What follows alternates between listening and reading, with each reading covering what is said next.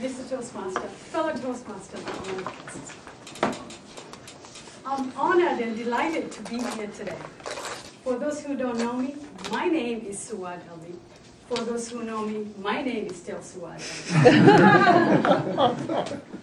I'm from East Africa, and if there's one thing you know about Africa, it's conflict.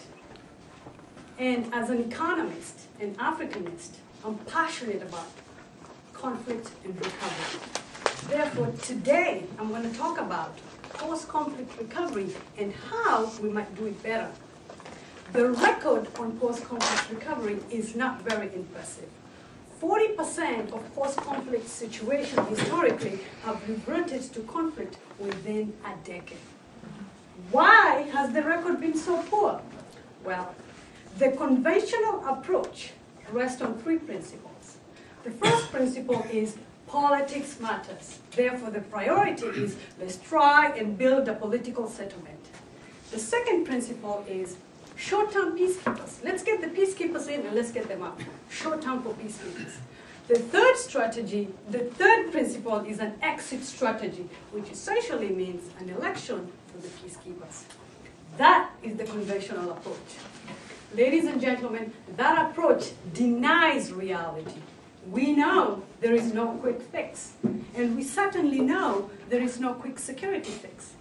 I have tried to look at risks of reversion throughout the decade, and the risks stay high regardless of the political innovation. Does an election produce a legitimate and accountable government? What an election produces is a winner and a loser, and the loser is unreconciled. The reality is we need to reverse the sequence. It's not the politics first. It's actually the politics last. The politics gets better, easier as the decade progresses if you're building on security and economic development, the rebuilding of prosperity. And why does the politics get easier? And why is it so difficult initially? Well, because after years of stagnation, the mentality, after years of stagnation, the decline, the stagnation and mentality of politics is a zero-sum game. And if the reality is a zero-sum game, you cannot have a productive politics. You have to have a positive sum game to have that productive politics. And why is it so difficult to have that positive productive? Because in politics and in economics, you have to be able to create something. And for example, in Africa, in 1991, Somalia had a civil war. Today, Somalia is still dysfunctional. Why? In 1994, Rwanda went through a genocide. Today, Rwanda is developed. So what are they doing right and what is Somalia doing wrong? Well, the problem is not so much the people in Africa. The problem is the world.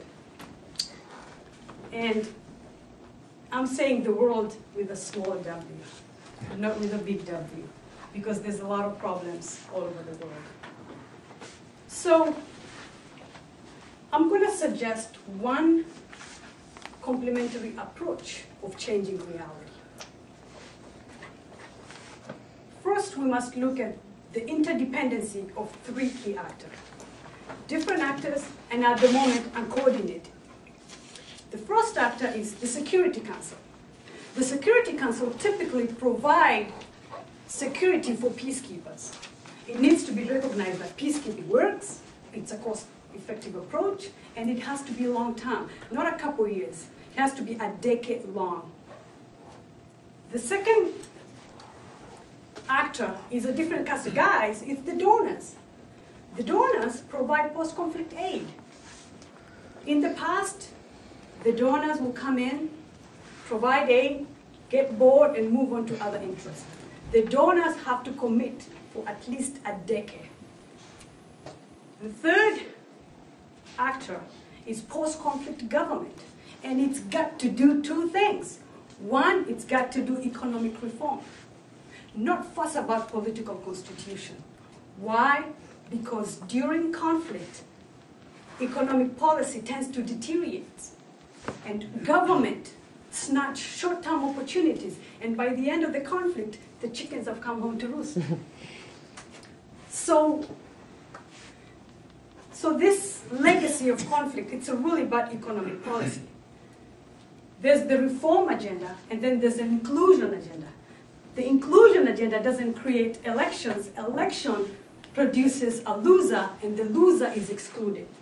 Therefore, the inclusion agenda means genuinely bringing people inside the tent. So those are the three key actors. They're interdependent, and they have to work long term. They have to be around long term.